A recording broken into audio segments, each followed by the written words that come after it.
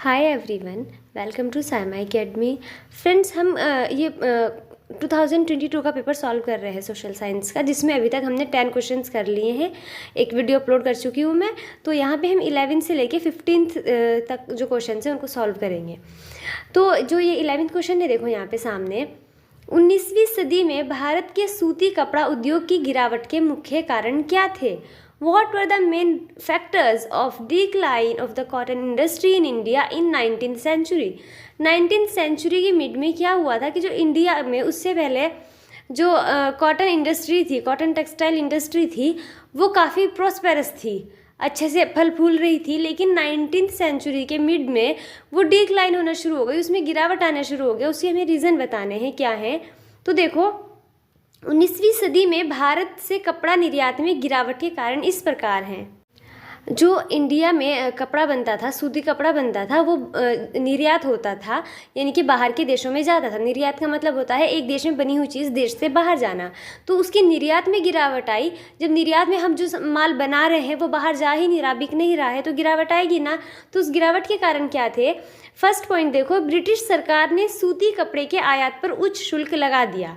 भारतीय कपड़ा उद्योग को कड़ी प्रतिस्पर्धा का सामना करना पड़ा और सूती वस्त्रों का निर्यात घटने लगा। जो सूती कपड़ा आता था उसका आयात जब होता था, मतलब भारत से बनके कपड़ा वहाँ पे जाता था उधर ब्रिटेन में, तो ब्रिटेन वालों के यहाँ पे जो माल आता था, यानी जो उनके उस देश में आएगा, जब देश में कोई माल आता है उसको आयात कहते हैं, तो उन्होंने आयात शुल्क लगा दिया, मतलब उस पर टैक्स बढ़ा दिया। टैक्स बढ़ेगा तो जो भारतीय कपड़ा उद्योग में वहाँ पे बहुत ज़्यादा कॉम्पिटिशन होगा, है ना, प्रतिस्पर्धा का सामना करना पड़ा और फिर निर्यात घटने लगा। हम बेच नहीं पाएंगे अपना माल जब हमें वहाँ जाके इतना टैक्स देना पड़ेगा। भारत में ब्रिटिश वस्तुओं के निर्यात में वृद्धि हुई। मैनचेस्टर के सामानों की भारतीय बाजार में बाढ़ आ गई और जो ब्रिटेन से बना हुआ सामान है वो भारत में आने लगा।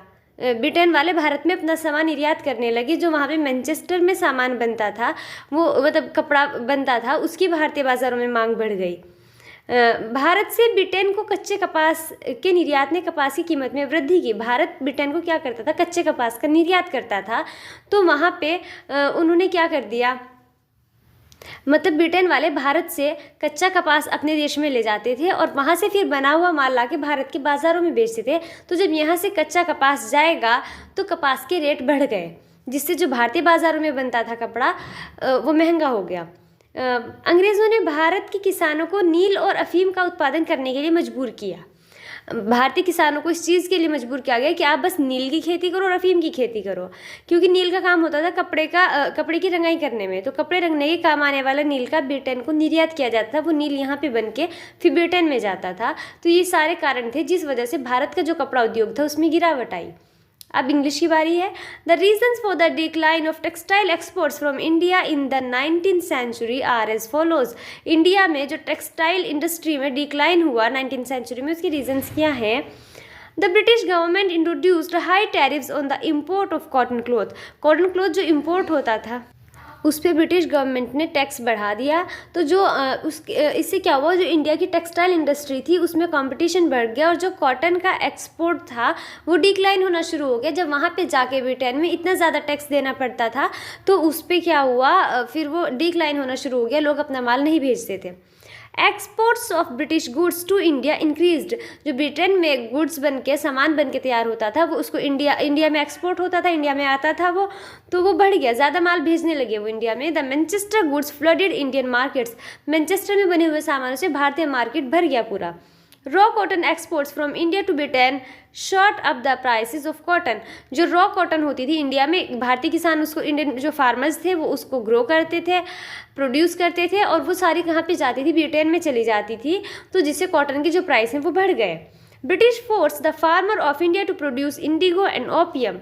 ब्रिटिश गवर्नमेंट इंडियन फार्मर्स को फोर्स करती थी कि वो बस इंडिगो और ओपियम की जो हार्वेस्टिंग है उस पर ज़्यादा फोकस करे, क्योंकि जो इंडिगो है वो क्लोथ्स को डाई करने में काम आता था और उसकी ब्रिटेन में काफ़ी डिमांड थी। तो वो यहाँ से इंडिगो पैदा होके वहाँ पे जाता था फिर ब्रिटेन में। ठीक है, ये हो गया। अब इसके अंदर जो क्वेश्चन है ऑप्शन में दे रखा है दूसरा, तो ये करना है हमें, ये कर सकते हैं, चाहे ये कर लो क्या है देखो, ये पहले विश्व युद्ध के समय भारत का औद्योगिक उत्पादन क्यों बढ़ा?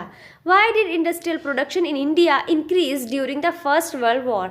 जब फर्स्ट वर्ल्ड वॉर हुआ था, प्रथम विश्व युद्ध हुआ था, तो जो भारत का इंडस्ट्रियल प्रोडक्शन था यानी कि औद्योगिक उत्पादन था वो बढ़ा। तो देखते हैं कि क्या उसके रीज़न थे, क्यों बढ़ा। पहले हिंदी में देखते हैं। भारत में प्रथम विश्व युद्ध के दौरान निम्नलिखित कारणों से औद्योगिक उत्पादन में वृद्धि हुई। फर्स्ट है कि ब्रिटिश उद्योग युद्ध आवश्यकताओं के उत्पादन और आपूर्ति में व्यस्त हो गए, इसलिए उन्होंने औपनिवेशिक बाजारों के लिए ब्रिटिश वस्तुओं या कपड़ों का निर्यात बंद कर दिया। उदाहरण के लिए भारत में तो जब क्या हुआ, जो ब्रिटेन था, ब्रिटिश लोग थे यानी कि इंग्लैंड था, वहाँ के जो उद्योग थे, जो वो था प्रथम विश्व युद्ध हुआ था उसमें इंग्लैंड भी पार्टिसिपेट कर रहा था, इंग्लैंड की भी फौज थी। तो वहाँ पे युद्ध में जो ज़रूरत पड़ती है जिन सामानों की, वो उनको बनाने में, उनकी रिक्वायरमेंट पूरी करने में बिजी हो गए। इसलिए जो उनके औपनिवेशिक बाजार थे, औपनिवेशिक का मतलब जिन जिन देशों को उन्होंने अपना गुलाम बनाया हुआ था, उन्होंने वहाँ अपना माल भेजना बंद कर दिया। तो ऐसे ही भारत में भी कर दिया। तो इससे क्या हुआ कि ये भारतीय उद्योगों के लिए अपने उत्पादों से खाली भारतीय बाज़ारों को भरने का एक अच्छा अवसर था। भारतीय उद्योगों के लिए पास एक मौका था कि तुम अपना माल का प्रोडक्शन बढ़ाओ, ज़्यादा से ज़्यादा तुम उत्पादन बढ़ाओ, ताकि ब्रिटेन से तो सामान आ नहीं रहा, तो देश के अंदर देश में ही बनी हुई चीज़ें इस्तेमाल हो रही थी। इसलिए भारत में औद्योगिक उत्पादन में वृद्धि हुई। इसके अलावा ब्रिटिश औपनिवेशिक सरकार ने भारतीय कारखानों को युद्ध की ज़रूरतों जैसे जूट के बैग, कपड़े या सेना की वर्दी, टेंट और चमड़े के जूते, घोड़े और खच्चर की काठी आदि की आपूर्ति करने के लिए कहा, क्योंकि उस टाइम पे जो लड़ाई होती थी वो इन पे घोड़े और खच्चरों पे उसमें इस्तेमाल होते थे। और जो उनके लिए सेना की वर्दी थी, जूते वगैरह, ये सब बनाने के लिए उन्होंने भारतीय जो उद्योग थे उनसे बनवाए ब्रिटेन ने। उस टाइम पर भारत ब्रिटेन का उपनिवेश था, तो उससे भी जब हम कोई सामान बनाएंगे तो हमारा उत्पादन तो बढ़ेगा। विभिन्न प्रकार के उत्पादों की बढ़ती मांग के कारण नए कारखाने स्थापित किए गए। कुछ चीज़ें ऐसी थी कि भाई नई नई आ रही थी कि आप ये भी बनाओ, तो बहुत सारे नए उद्योग लगे और पुरानों ने अपना उत्पादन बढ़ाया। जो पहले से ही थे उन्होंने भी अपना उत्पादन बढ़ा दिया। कई नए कर्मचारियों को नियुक्त किया गया, ज़्यादा लोगों को उससे जॉब मिली है ना, और सभी को अधिक घंटे काम करने के लिए मजबूर किया गया। जब ज़्यादा कारखाने लगेंगे, ज़्यादा लोग काम करेंगे, तो औद्योगिक उत्पादन बढ़ेगा। तो यही रीज़न थे इसके। अब देखते हैं इसको इंग्लिश में। India witnessed increased industrial production during the First World War due to following reasons. क्या क्या रीजन्स है वो? British industries became busy in producing and supplying war needs. जो वॉर के में जिन जिन चीज़ों की नीड थी उनको उनकी सप्लाई को पूरा करने में लगे ब्रिटिश इंडस्ट्रीज। तो hence they stopped exporting British goods और clothes for colonial markets for instance in India. तो उन्होंने जो कॉलोनियल मार्केट्स थी, कॉलोनियल कंट्री, जिन देशों को उन्होंने अपनी कॉलोनी बनाया हुआ था, वहाँ पे उन्होंने अपने गुड्स को इम्पोर्ट करना बंद कर दिया, एक्सपोर्ट करना बंद कर दिया। मतलब इंडिया में एक्सपोर्ट नहीं होता था, है ना। तो ब्रिटेन ने इम्पोर्ट करना बंद कर दिया उन कंट्रीज़ में, जैसे कि इंडिया में। It was a good opportunity for Indian industries to fill in empty Indian markets with their products, therefore industrial production in India increased. तो जो इंडिया की इंडस्ट्री थी उनके पास अच्छा मौका आ गया कि भैया बाहर से तो माल आ नहीं रहा, तुम अपने ज़्यादा से ज़्यादा माल बना के जितनी कंट्री की नीड्स है वहाँ पे कर सकते हो, अपना माल बना के बेच सकते हो। तो जिससे कि उन्होंने अपना प्रोडक्शन बढ़ा दिया। अगर बाहर से माल नहीं आएगा तो हमें अपने घर में तो ज़्यादा पैदा करना पड़ेगा ना फिर। Also, the British colonial government asked the Indian factories to supply the war needs like jute bags, cloth or army uniforms, tents and leather boots, horse and mule saddle, etc. तो ये सब ब्रिटिश गवर्नमेंट ने Indian factory से ये सब चीज़ें बनवाई, India में बनवाई उन्होंने ये सब चीज़ें, क्योंकि जो वॉर था उनमें उनके जो सोल्जर्स थे उनको इन सब चीज़ों की नीड थी। तो इन चीज़ों को बनाने के लिए the increase demand of variety of products led to the setting up of new factories, जिससे नई फैक्ट्रीज बनानी पड़ी। And old ones increase their production, और जो ऑलरेडी फैक्ट्रीज थी उन्होंने अपना प्रोडक्शन इंक्रीज कर दिया। Many new workers were employed, बहुत सारे नए लोगों को एम्प्लॉयमेंट मिला। And everyone was made to work longer hours, और हर किसी को इस चीज़ के लिए तैयार किया गया कि वो ज़्यादा से ज़्यादा घंटे काम करें। अब ज़्यादा फैक्ट्रीज लगी, ज़्यादा माल बन रहा है और इतने ही ज़्यादा लोग हैं जो वो उनको एम्प्लॉयमेंट मिल रहा है, तो जो इंडस्ट्रियल प्रोडक्शन है वो इंक्रीज़ ही होगा। ठीक है, क्लियर हुआ आपको ये? इसके बाद है 12th क्वेश्चन। ब्रेटन वुड्स समझौते का क्या अर्थ है? What is meant by the Bretton Woods agreement? तो अब इसको देखते हैं, पहले हिंदी में देखेंगे फिर इंग्लिश में। द्वितीय विश्व युद्ध के पश्चात विश्व के औद्योगिक राष्ट्र के सामने विश्व अर्थव्यवस्था को स्थिरता प्रदान करने की एक चुनौती थी। इस चुनौती के लिए जुलाई 1944 में अमेरिका के न्यू हैम्पशायर के ब्रेटन वुड्स में एक सम्मेलन का आयोजन किया गया।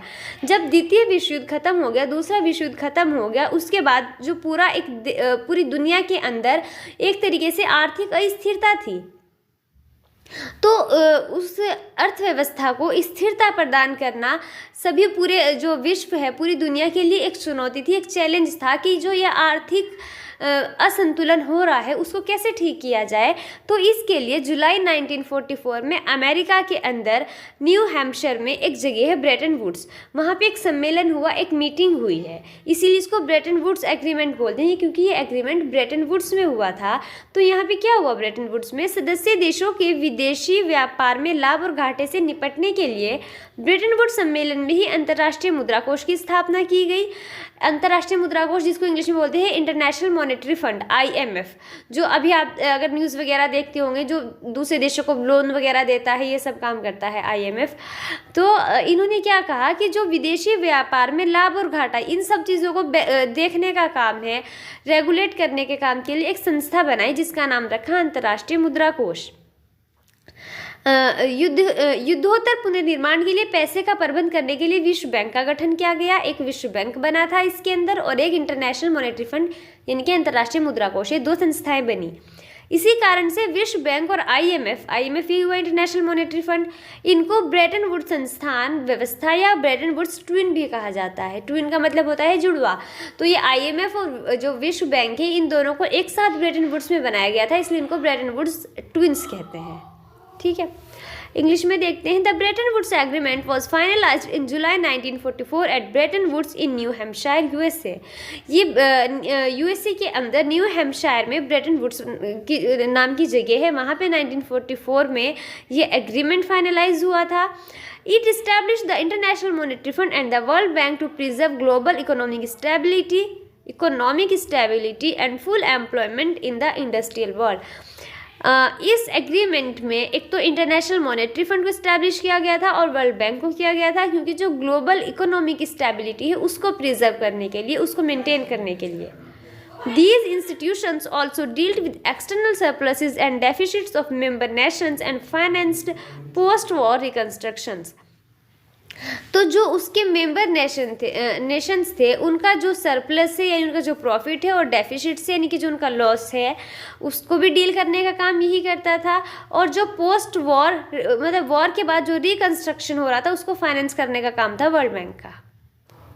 For this reason, IMF and World Bank, also known as Bretton Woods Institution System और Bretton Woods Twins, इसीलिए IMF और Bretton Woods को IMF और World Bank को Bretton Woods Twins कहा जाता है, क्योंकि इन दोनों का जो इस्टेब्लिशमेंट है वो एक साथ हुआ था। ठीक है, नेक्स्ट है 12th क्वेश्चन में, ये ऑप्शन में दे रखा है दूसरा क्वेश्चन। रेशम मार्ग से आप क्या समझते हैं, स्पष्ट कीजिए। What do you understand by silk routes, clarify. देखो, रेशम कहते हैं सिल्क को, तो जिन रूट के थ्रू सिल्क का जो बिजनेस होता था, सिल्क को ले जाया जाता था, रेशम का बिजनेस होता था, उसी को सिल्क रूट कहते हैं। सिल्क सबसे पहले चाइना में बना था। ठीक है, तो समझते हैं इसको। जिस मार्ग से व्यापारी रेशम को अपने साथ ले जाते थे उसे रेशम मार्ग के नाम से जाना जाता है। रेशम का आविष्कार सबसे पहले चीन में हुआ था और इसकी निर्माण की विधियों को कई वर्षों तक गुप्त रखा गया था। मतलब चाइनीज़ लोग किसी को नहीं बताते थे इसको बनाने की विधि कि कैसे बनता है रेशम। उन्होंने इसकी निर्माण की विधि को गुप्त रखा, अपने तक ही रखा सैकड़ों सालों तक। लेकिन क्या होता था, वहाँ से बना हुआ रेशम जो व्यापारी थे दूसरे देशों में लेके जाते थे उसको बेचने के लिए, तो फिर धीरे धीरे उसके बारे में ऐसे पता चल गया। रेशम के ज्ञान को दूर दूर तक फैला दिया, लेकिन व्यापारियों ने रेशम के ज्ञान को दूर दूर तक फैला दिया। इसकी महीन बनावट बहुत बारीक होता था। इस महीन बनावट के कारण हर कोई इसकी ओर आकर्षित हो गया। रोम कहते हैं इजिप्ट को। रोम में शासकों और अमीर लोगों के बीच रेशम पहनना एक फैशन बन गया। जो बहुत ज़्यादा अमीर लोग होते थे या शासक लोग होते थे वो पहनते थे रेशम को, और ये एक उनके जो अमीरी का उसका प्रतीक हुआ करता था। भारत में भी शासकों ने सिल्क रूट को नियंत्रित करने का प्रयास किया। जब भारत के रास्ते से होके जाता था, वो हिंद महासागर से होके जो सिल्क का व्यापार होता था यूरोपीय देशों में, तो जो भारत के शासक थे उन्होंने भी सोचा कि जो सिल्क रूट पे व्यापारी जाते हैं तो हम उनको अपने कंट्रोल में लेते हैं, क्योंकि उससे क्या होता था, करों, श्रद्धांजलि और उपहारों से लाभान्वित हो सकते थे। वो उनसे टैक्स लेते थे, चाहे वो कभी खुद से गिफ्ट दे देते थे कुछ, कभी टैक्स वगैरह उनसे लिया जाता था, तो फ़ायदा होता था शासकों को उससे। जो व्यापारी द्वारा मार्ग के साथ घूमते हुए लाए गए थे, मतलब जो वो उससे जाते थे, रास्ते से होके जाते थे, तो वो फिर उन शासकों को ये सब चीज़ें देते थे। कुषाण सबसे प्रसिद्ध शासक थे जिन्होंने रेशम मार्ग को नियंत्रित किया। भारतीय शासकों में कुषाण थे, जो वो शासक ऐसे थे कि उन्होंने बहुत अच्छे से कंट्रोल किया इसको, रेशम मार्ग को। उनके शासन के दौरान सिल्क रूट की एक शाखा मध्य एशिया से नीचे नदी के मुहाने पर स्थित बंदरगाहों तक फैली हुई थी। जो मध्य एशिया से नीचे सिंधु नदी पर बंदरगाहों तक फैली हुई थी, जहाँ पे सिंधु नदी है, अभी ये पाकिस्तान में है ये वाला एरिया, तो वहाँ तक फैली हुई थी, जहाँ से रेशम पश्चिम की ओर रोमन साम्राज्य को भेजा जाता था। मतलब भारत से ना होके चाइना से हिंद महासागर में को आप अगर मैप देखोगे तो वहाँ पे समझ आएगा, पर कोई नहीं, आप ऐसे याद कर लेना कि मध्य एशिया के नीचे से, मध्य एशिया से सिंधु नदी के बंदरगाहों तक जाता था, और फिर वहाँ से लेके जो ये रेशम है ये पश्चिम को, यानी कि जो यूरोपियन देश है उनको भेजा जाता था। इंग्लिश में देखो, the route through which the traders carried silk with them is known as silk route. जिस रूट से ट्रेडर्स सिल्क लेके जाते थे उसको सिल्क रूट बोलते हैं। Silk was first invented in China and the methods of its making were kept a high secret for several years. और इसको बनाने का जो मेथड है उन्होंने पूरी तरीके से सीक्रेट रखा बहुत सालों तक। But the traders ultimately spread the knowledge of silk far and wide. लेकिन जो ट्रेडर्स थे जब वो उसको लेके जाते थे, सेल करते थे दूसरे देशों में, तो उसकी जो वो थी एक बनाने का जो तरीका था वो सबको पता चल गया। Everyone got attracted to it because of its fine texture। बहुत अच्छा बना होता था तो हर कोई अट्रैक्ट होता था इसकी तरफ। Wearing silk became a fashion amongst rulers and rich people in Rome। रेशम पहनना अमीर लोगों की पहचान वहाँ पे मानी जाने लगी। In India too the rulers tried to control the silk route. India जो इंडियन रूलर्स थे उन्होंने भी सिल्क रूट को कंट्रोल करने का ट्राई किया। This was because they could benefit from taxes, tributes and gifts that were brought by traders travelling along the road. जब जो ट्रेडर्स इन रूट के थ्रू ट्रैवल करते थे तो वो अपने साथ ही सब चीज़ें लेके आते थे, कभी वो टैक्स देंगे, कभी वो गिफ्ट्स वगैरह खुद दे देते थे, तो इनसे जो भी एक स्टेट होता था उसको बेनिफिट होता था, financial benefit. The Kushanas were the best known rulers who control the silk root. जो सबसे अच्छी तरीके से जिन्होंने इंडियन रूलर्स से कंट्रोल किया सिल्क रूट को वो थे Kushanas. During their rule, a branch of the Silk Route extended from Central Asia down to the seaports at the mouth of the river Indus, from where silk was shipped westwards to the Roman Empire। Central Asia से नीचे सी port से होता हुआ ये Indus river तक जाता था root, और वहाँ से फिर ये रोमन एम्पायर में जो वेस्टर्न कंट्रीज़ है वहाँ तक ये भेजा जाता था। यहाँ पे लिखने में थोड़ी सी मिस्टेक हो गई, ये route extended from Central Asia down to the sea port, ये दो बार लिखा गया, तो इतना तो आप समझ ही लोगे कि ये मिस टाइपिंग है, तो आप इसको ठीक कर लेना, sorry for that. Okay, next है 13 क्वेश्चन। मुद्रण संस्कृति ने भारत में राष्ट्रवाद के विकास में क्या मदद की? Explain how print culture assisted the growth of nationalism in India.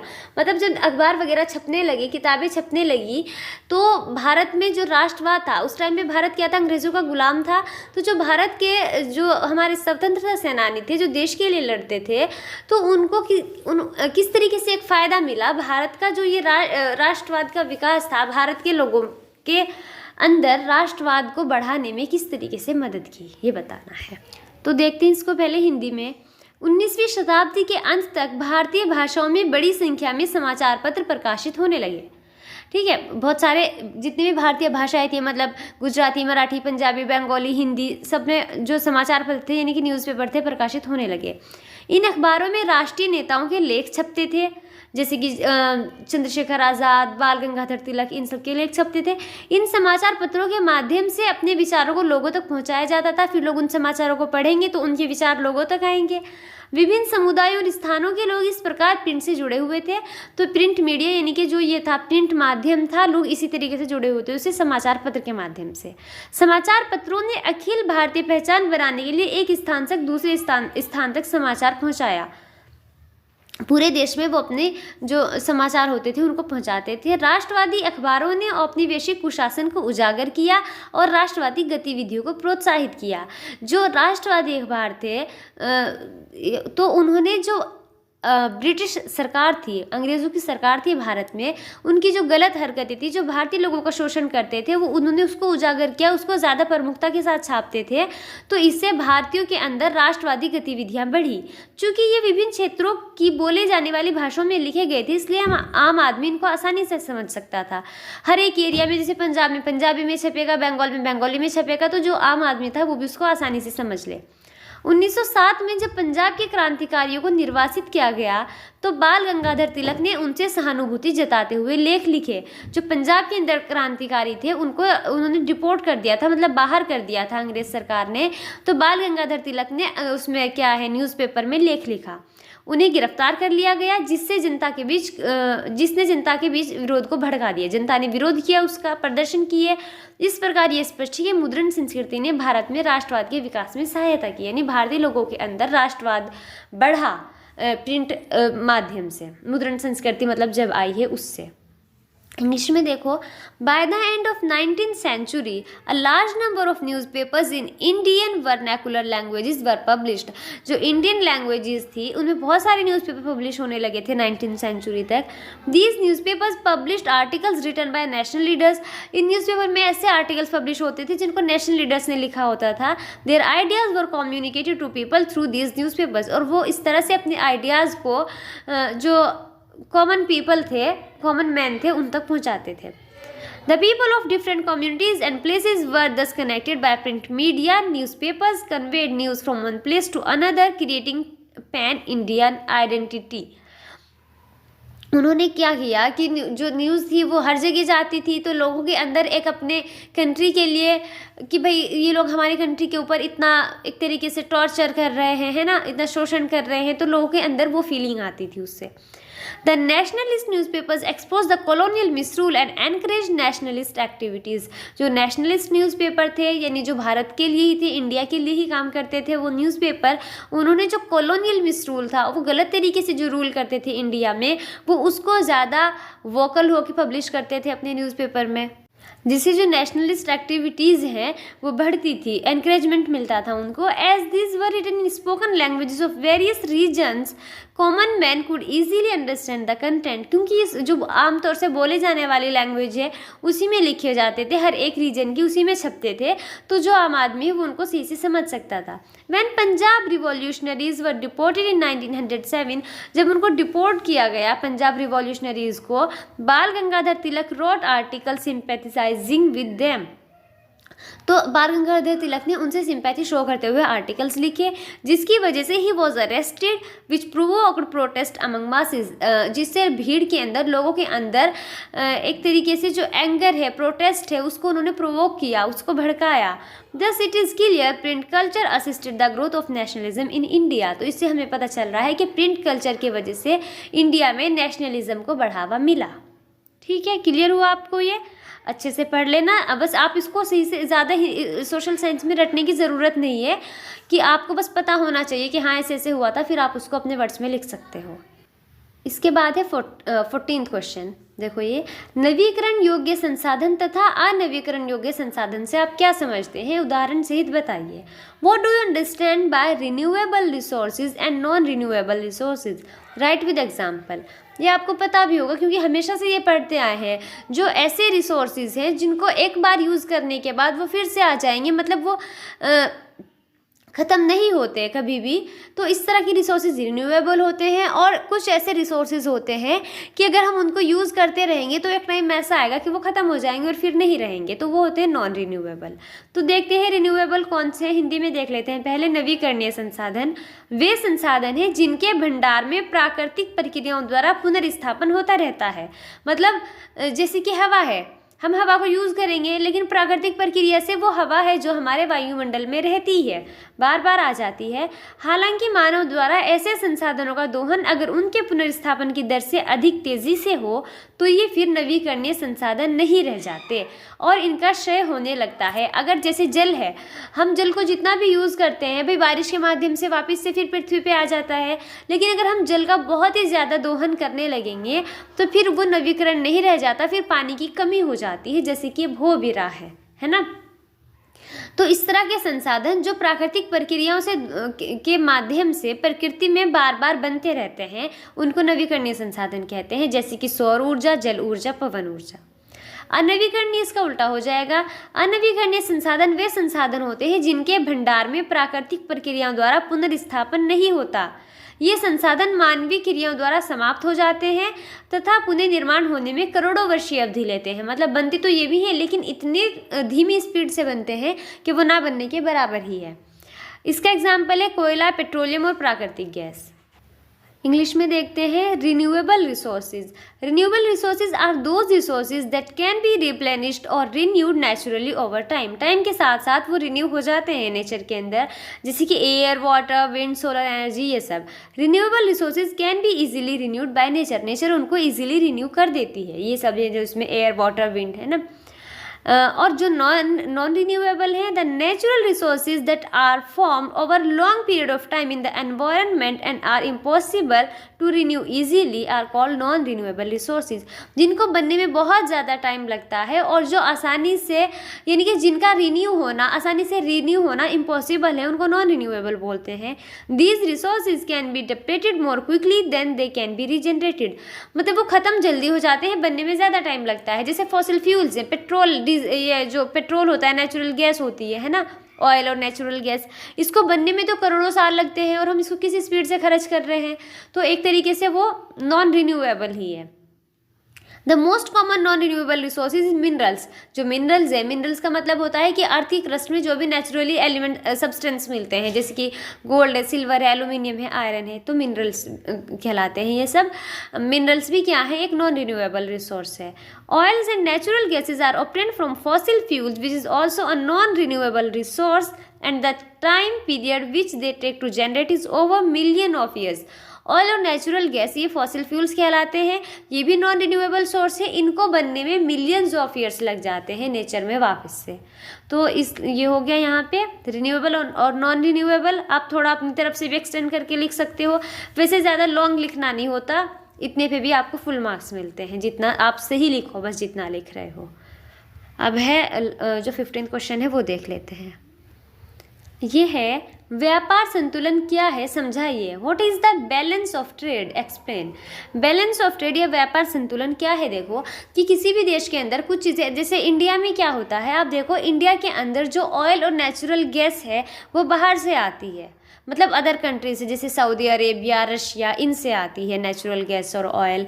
और जो जैसे मसाले हैं, इंडिया से मसाले दूसरे देशों में जाते हैं। तो जो चीज़ हम बाहरी कंट्री से अपनी कंट्री में मंगवाते हैं उसको बोलते हैं हम इम्पोर्ट करना, और जो हमारी कंट्री से बाहर की कंट्रीज़ में जाती है उसको बोलते हैं एक्सपोर्ट करना।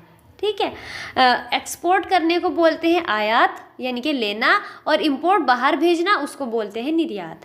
तो देखो इसके अंदर क्या है, प्रत्येक देश कुछ वस्तुओं का आयात करता है तथा कुछ अन्य वस्तुओं का निर्यात करता है। कोई भी देश पूरी तरीके से आत्मनिर्भर नहीं होता कि उसको किसी से कुछ लेना ही ना पड़े या कुछ देना ही ना पड़े, सब कुछ अपने पास रख ले। कुछ ना कुछ लेना भी पड़ता है, कुछ आयात करना पड़ता है और कुछ निर्यात करना पड़ता है। आयात तथा निर्यात के बीच के मूल्यों में अंतर को व्यापार संतुलन कहते हैं। जितने मूल्य का आयात हुआ है देश में और जितने मूल्य का देश से निर्यात हुआ है, इन दोनों के बीच का जो अंतर है उसी को कहेंगे व्यापार संतुलन। व्यापार संतुलन दो तरह का होता है, एक अनुकूल व्यापार संतुलन और दूसरा प्रतिकूल व्यापार संतुलन। अनुकूल व्यापार संतुलन में क्या होगा, यदि निर्यात का मूल्य आयात के मूल्य से अधिक है, यानी जो सामान हम बेच रहे हैं बाहर जा रहा है देशों में, वो मूल्य ज़्यादा है आयात के मूल्य से। आयात है लेना, बाहर जाने वाला, मतलब जितना हमने बेचा वो ज़्यादा है, जितना खरीदा है वो कम है, तो इसे अनुकूल व्यापार संतुलन कहेंगे, क्योंकि हमारा माल उस केस में ज़्यादा बिका है। अनुकूल व्यापार संतुलन आर्थिक विकास के लिए अच्छा माना जाता है। अच्छा हम तभी मानेंगे कि अगर हम दूसरे देशों पर कम निर्भर रहें, आयात कम करें और निर्यात ज़्यादा हो, तो इसको अनुकूल व्यापार संतुलन कहेंगे। प्रतिकूल व्यापार संतुलन इसका उल्टा होगा, प्रतिकूल का मतलब उल्टा ही होता है। यदि आयात का मूल्य निर्यात के मूल्य से अधिक है, यानी हम ज़्यादा खरीद रहे हैं, ज़्यादा चीज़ों के लिए दूसरे देशों पर निर्भर हैं और हमारी चीज़ें बाहर कम जा रही हैं, अगर ऐसा है तो इसे प्रतिकूल व्यापार संतुलन कहेंगे। और जो प्रतिकूल व्यापार संतुलन है ये किसी भी देश के लिए अच्छा नहीं माना जाता। ओके, इंग्लिश में देखते हैं। Every country import some goods and export some other goods. हर कोई एक देश कुछ चीज़ें इम्पोर्ट करता है, कुछ दूसरी चीज़ें एक्सपोर्ट करता है। The difference between export and import is known as balance of trade. ये एक्सपोर्ट और इम्पोर्ट के बीच का जो डिफरेंस है इसी को बैलेंस ऑफ ट्रेड कहते हैं। ये 2 टाइप्स का होता है, फेवरेबल बैलेंस ऑफ ट्रेड और unfavourable balance of trade. Favourable balance of trade में क्या आएगा, if the value of exports is more than the value of import. अगर एक्सपोर्ट की वैल्यू ज़्यादा है और इम्पोर्ट की वैल्यू कम है, एक्सपोर्ट की वैल्यू ज़्यादा होगी, इसका मतलब ये है कि हमारे यहाँ जो प्रोडक्शन हो रहा है हम उसको ज़्यादा बाहर भेज रहे हैं, मतलब बाहर की कंट्रीज़ में जा ज़्यादा रहा है और दूसरों से हम कम माल ले रहे हैं, तो ये होगा एक्सपोर्ट की वैल्यू जब ज़्यादा होगी। It is called favourable balance of trade. Favourable balance of trade is regarded good for the economic development. किसी भी कंट्री के इकोनॉमिक डेवलपमेंट के लिए अच्छा होता है अगर वो फेवरेबल है, यानी एक्सपोर्ट ज़्यादा हो और इम्पोर्ट कम हो। अनफेवरेबल बैलेंस ऑफ ट्रेड में क्या होगा, if the value of imports is greater than the value of export. अगर इम्पोर्ट की वैल्यू ज़्यादा हो, जो दूसरी कंट्रीज से आ रहा है माल हमारे यहाँ पे, अगर इम्पोर्ट ज़्यादा कर रहे हैं और एक्सपोर्ट कम हो रहा है, माल आ ज़्यादा रहा है और हमारा बाहर कम जा रहा है, तो ये अनफेवरेबल बैलेंस ऑफ ट्रेड होगा और ये हार्मफुल होता है डोमेस्टिक इकोनॉमी के लिए। उस पर्टिकुलर कंट्री की इकोनॉमी के लिए अच्छा नहीं होता अनफेवरेबल बैलेंस ऑफ ट्रेड। तो इस वीडियो में 15 क्वेश्चंस ही थे, आपको समझ आए होंगे मुझे उम्मीद है, क्योंकि मैंने कोशिश पूरी की है अच्छी तरीके से समझाने की। आप अच्छे से समझना, अगर एक बार समझना है तो वीडियो को दोबारा देखना, और अगर वीडियो पसंद आए तो लाइक ज़रूर करना और चैनल को सब्सक्राइब करना मत भूलिएगा। Thank you so much for watching.